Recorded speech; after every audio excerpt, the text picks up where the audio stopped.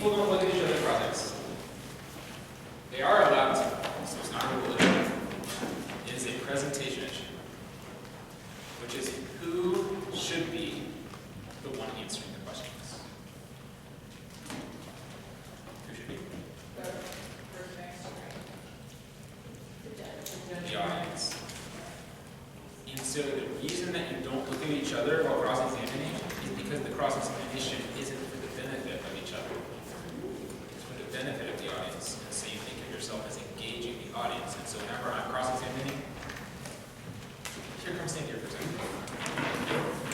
So you just finished, and you're standing there. My cross-examination, I am not going to do what a lot of debaters do, which is kind of get shoulder to shoulder with you. I'm going to get a little ahead of you because you're trapped behind the lectern, and I'm going to just speak to the audience like this. And I'm going to say, hey, wouldn't you agree with me that when it comes to national security, the United States should look for its own interests before it should look to the interests of its enemies? I don't care what you say. The judges are all answering it in their mind. And you're a puppet.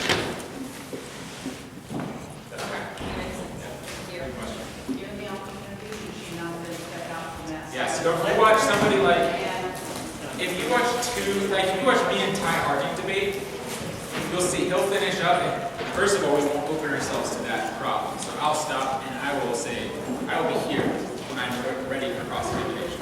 So there's no barrier, but if there was, if it's locked, you'll see me come up like this. Well, Ty's going to go around the other side, and it's going to be right here. He's going to answer from this perspective, and we will both turn our shoulders a little bit to exclude the other person's presence. Yeah. So if you will you stand up here for a second? Bring the music stand. Yeah, bring the music stand and set it right there. So if we debated from a stage, and he finishes up right there, I'm going to cross-examine from here. I'm going to need a lot of distance between us. He doesn't matter to me. You matter to me. And so I'm going to be in front like this. It's a presentation. Cross-examination is. And then if he's great, you go move over there. Roam around. I'm going to ask you questions. Isn't it true that you were once born?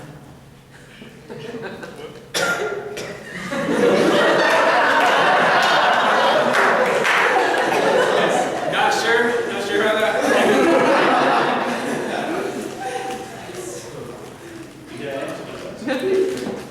Were you born? Oh, yeah. And when you were born, wouldn't you agree with me that you had no clue what was going on?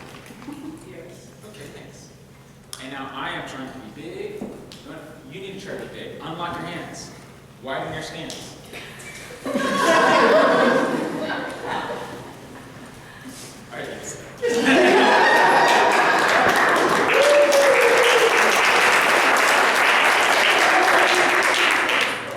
So we're winning the credibility battle. Yes. Can the other person step forward also? Yeah, I was hoping he would. That's kind of what I was trying to get to. Aren't you supposed to be asking them questions though? I am asking them a question, but I'm asking the audience. It's not like a, okay, did you use this piece of evidence or that piece of evidence? What was your point here? What was your point there? Many debaters treat it like that, though. They treat it like a negotiation. And they treat it like clarification. Clarification is garbage cross-examination question. Instead, you should be building lines of argumentation. So that's all completely audience-based.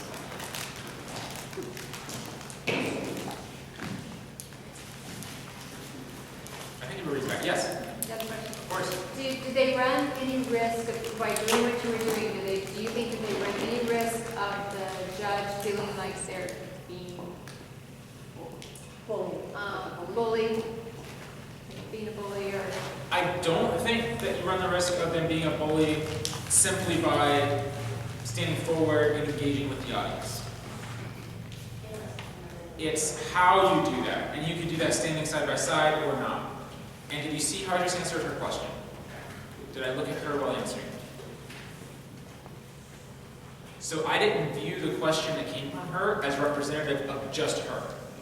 I treated it as representative of the audience, and so I answered to the whole audience. Did you feel bullied? No. And so it's not necessarily the stance. It's what we're trying to fight is us beginning to have a dialogue here, and you and me having this back and forth, and everyone else feeling like they're not part of it. That's more the problem to solve. Bullying is its own issue. These are perceptive questions. All right, what we're going to learn now are 6 negative strategies every debater should know and use. Okay, this will be fun. But it may require that I whip out the argument map.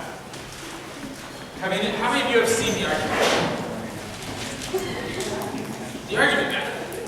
The argument map. No.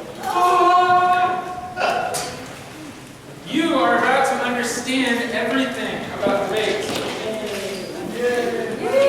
When I teach adults debate in Toastmasters leagues or industry debate leagues, I usually have 1 hour to teach them to debate. This is what I used to teach them, the argument map. In it, you will find all the kinds of debating. That's what I call it the unified theory of debate. To get there, we have to understand trichotomy. The 3 types of resolutions. Value, fact, policy. Remember, nobody says it's policy debate because they decided it's policy debate. It's policy debate because the resolution demands a course of action. What's the definition of policy? A course of action. A course of action. So it is that the type of resolution says, you gotta act, that makes it policy debate. So the phrasing, we've already been through this, X is greater than Y, is a value debate. A valuation of 2 things. Neg has a named side. Policy debate, we've already said, X should be changed. Agriculture policy should be changed. We should increase our foreign aid in Africa. There's direction. And so someone has to have a plan. Do you have to have a plan because there's a rule to have a plan? No. What if the resolution is abolish the 14th Amendment? Do you need mandates, agency, funding, and enforcement?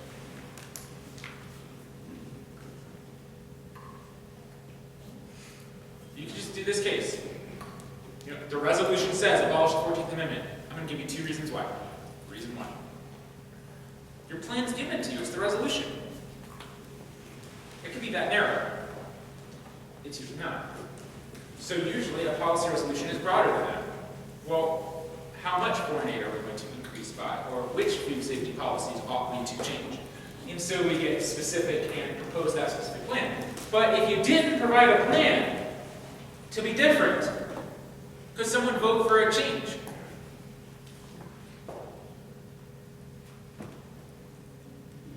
This is a really basic question. No. If you didn't provide a plan to be different, then no one has any business changing.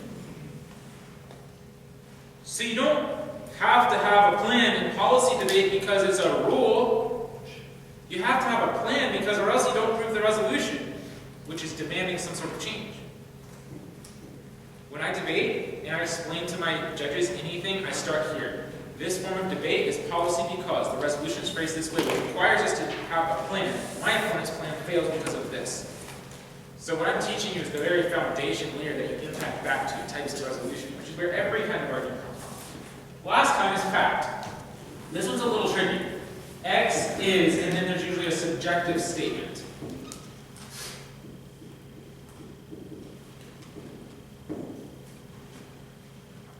I told you about separation of church and state being inappropriately eroded, being on top of it. The separation of church and state is X, being inappropriately eroded is a subjective statement. Another one I debated that was really fun was Walmart's business practices are detrimental to the United States. Really interesting. Technology is overvalued. Democracy is undervalued. Those are fact resolutions. What's confusing is that sometimes there are leagues put fact resolutions into the LD format. And everyone colloquially calls it value debate. But if you look really closely at the rules, it doesn't. It's LD debate. only one format. The style of resolution changes. Woohoo! So how do you prove an X is subjective? And you always get this question, well, how can you debate a fact? Okay, well, that's the subjective part. There are three types of facts that propositional logic tells us are thesis statements. And of these, not all are debatable. Subjective fact, Walmart's business practices are detrimental. I can weigh out the pros and cons of that. Non-debatable, objective fact. So this is subjective. Subjective.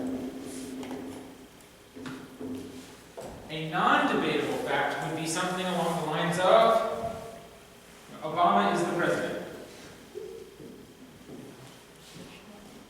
But the temptation that parley resolution writers have is to do something very similar to this, same logic that's forward-looking, and have an extent question as a parley type. They will say, Trump will win the election.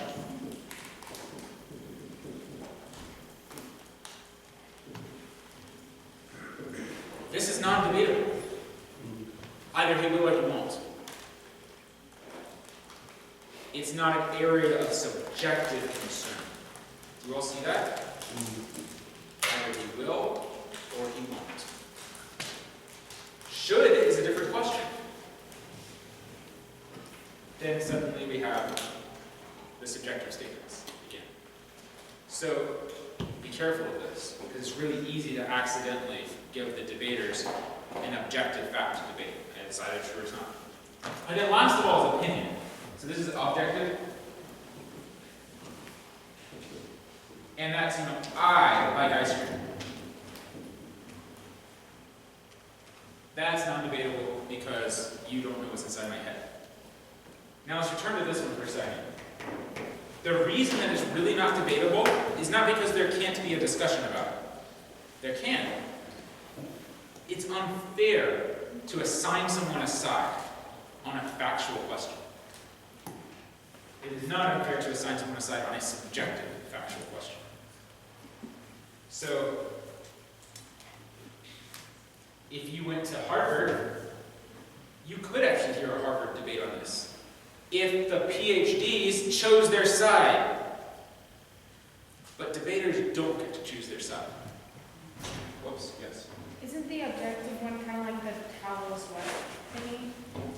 So, we have to interpret the towel is wet into this, something subjective. And I think the word wet is the way to do it. You could say it's damp, you could say it's this, you could say it's that, you could say it's this other thing. As long as, but here, check this out. What if you said there's a literal towel right now that is actually wet right now? Now do you guys see why you can't be literal? You've just made the debate non-debatable. And debaters who make debates non-debatable actually lose. Ha ha, so clever they are with their many definitions. And then they lose. Because being non-debatable is unreasonable. And we have as a basic assumption that when you interpret a resolution, you should interpret it in such a way that the activity we are here to have right now can be had. Those are the three types of resolution. Now here, have fun with this one. Can you tell me a thesis statement? Forget debate. A thesis statement that does not fall into one of these three classes. Let's see if you can think of it.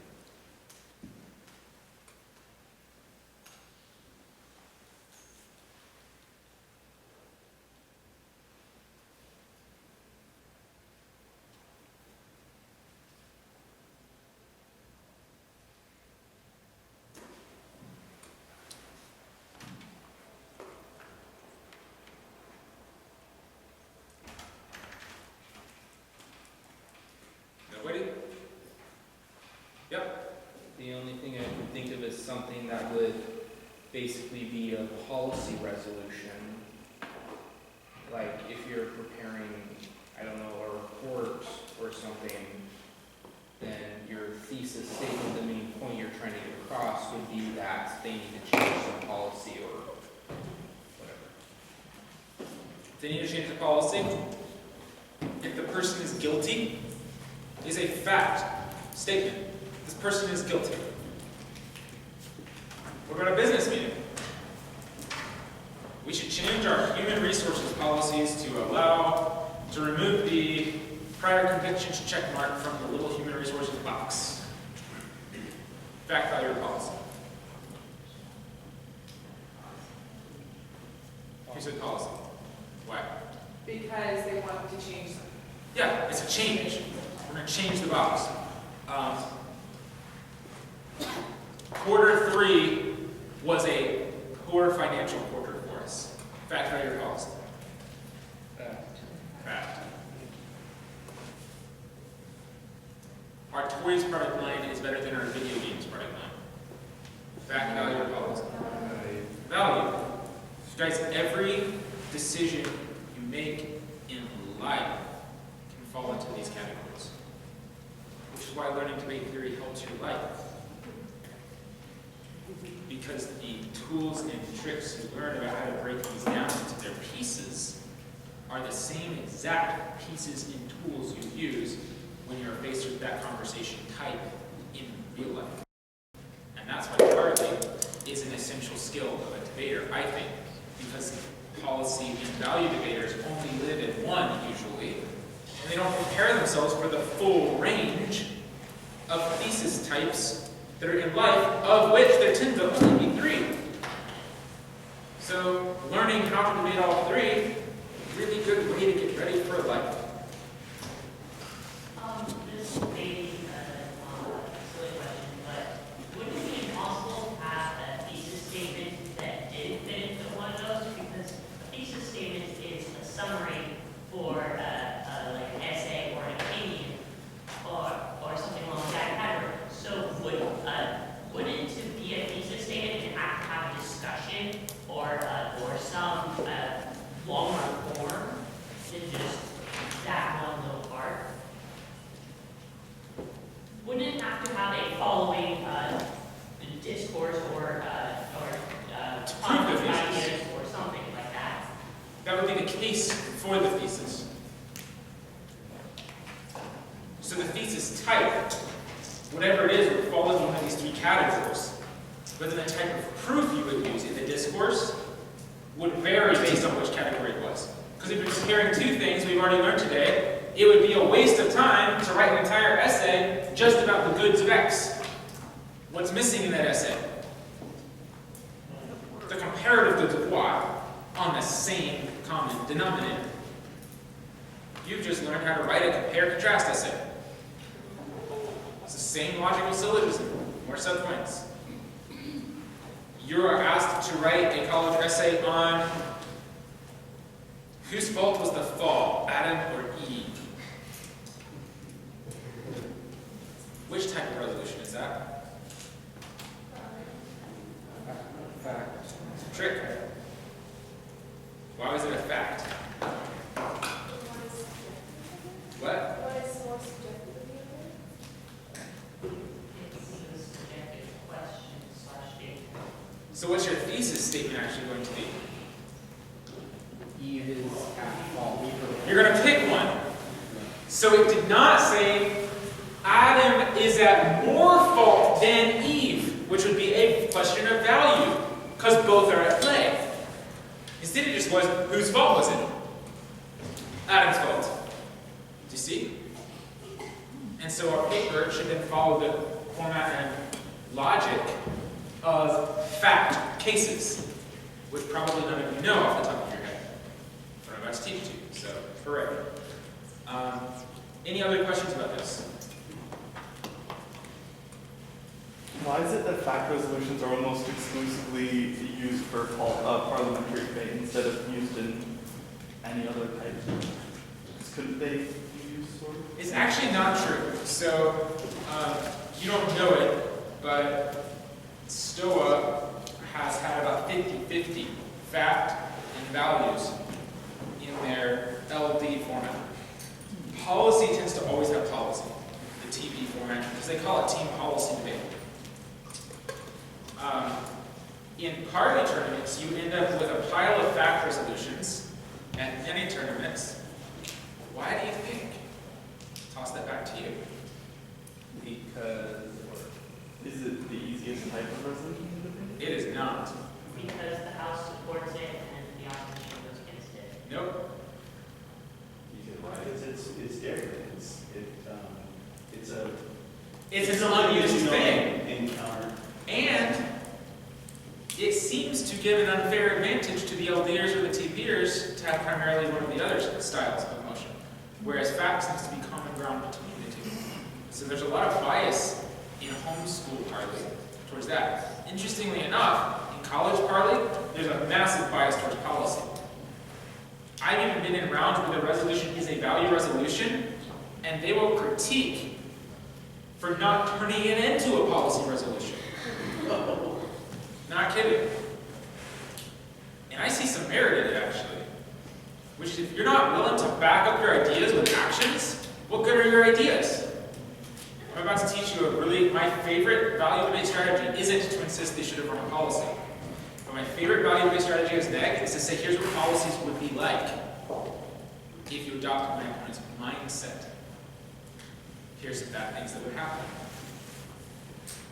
So I steal from policy land and apply as a test of the value debate. That's super confusing, so I'll unpack it in more detail. Any more questions about this? You all are understanding it. This is the base foundation of debate. You need to understand this because you need to be able to back all of your debate theory into it. So I think you guys can probably, each of you, explain why you need to compare both the x term to the y term on the same plane because of what we did this morning. For policy, you need to show that a change is possible and that the change should be done. That's pretty, you gotta have a change and reasons for it. And so we say it's not a prima facie case, meaning on its face, or meaning demand to reply, if you didn't have a plan. If you just came up with 5 broken things about agriculture policy, did you show that agriculture policy should be changed? That's called a whole resolution case, by the way, and people run them. And it forces you to articulate to an audience the importance of having a plan to prove a motion like that. So you have a burden under each of these. Now, this fact one, this is tricky. What's the burden for proving a fact resolution true? Let's take Walmart's business practices are detrimental to the United States. I think there are 2 burdens you have to meet to prove that statement true.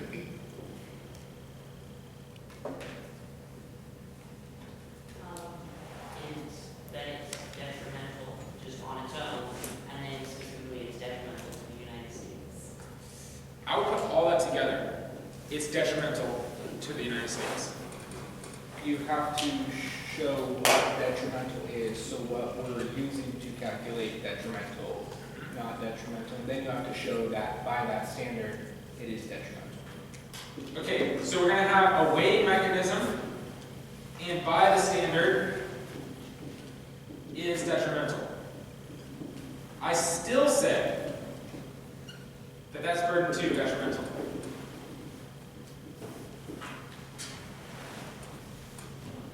What do we have to do before we can get there? By the way, this is the biggest hole in most fact cases. And when I'm dead in Parley, this is the one I exploit the most. In policy, we would call this stock issue what?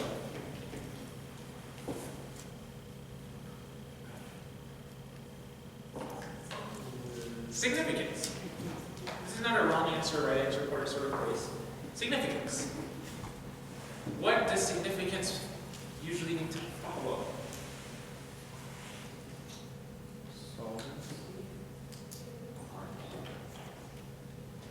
Okay. Coherency. The status quo. First, you have to show what Walmart's business practices even are. And then you have to show that they're detrimental, or else this happens. Walmart discriminates against women. Since times long past, we have been able to see that their wages for for the same job are about 20% less for women across the board. Their executives are about 90% male. They have lost multiple lawsuits on this again and again and again, and nothing they've done to change has changed it. Walmart discriminates against women. That's what most debaters do in a fact round, is they pick one bad thing about Walmart, and boom, exploded. What's Op going to say? Are they going to say discrimination against women is good? What are they going to say? Say all the other good things that Walmart does. Yeah. Here's all these other amazing things that Walmart does. From inventing the barcode to all kinds of low prices that millions and millions of Americans survive by, to here are some really cool initiatives that they do. Like, you just go on and on. Now, that's like standard strategy. If you're Isaiah, because anytime someone doesn't meet their burdens, I view it as a prima facie issue. I say my opponent's case isn't a case. They never told you that women discrimination, one of Walmart's business practices, outweighs all of Walmart's business practices. And if the affirmative team doesn't ever make a statement like that, I don't think they've ever even proven the resolution in the first place. Their case doesn't demand reply. You should vote against it right here, right now, because all they did was pick something bad that Walmart does, but they did not show that that means its business practices are detrimental to the United States. And then I deploy the strategy we just talked about. Here are these good things that Walmart did. So we start, if people are missing a burden, we start with a prima facie argument. Just like all of you policy debaters would if somebody didn't have a plan. One of the two burdens for a policy. Like, all of you naturally, if somebody came up here and tried to prove a policy round and didn't have a plan, you would all freak out. You would lose your marbles, and you would say, Judge, this is insane. Something's wrong here. Every value debate round I watch is that, to me. All you did was talk about X is good. That's how you should feel and be able to react because you understand the burdens of debate. And the same here. You just talked about a bad thing Walmart did. Doesn't mean its business practices are detrimental. It means it does one bad thing, which is a really bad thing. Doesn't mean anything about the resolution. It is not connected. Not a proof of the resolution. That's like, if you understand the propositional logic, that's what should be going through your mind. Whoa, they didn't have a plan. They didn't talk about all of Walmart's business practices and how this represents a majority. So many of our arguments out of the absence of key points that our opponents make. And that becomes a strength for us. Yeah? What is the stock, something you keep mentioning? The stock issues. Okay, we'll get there.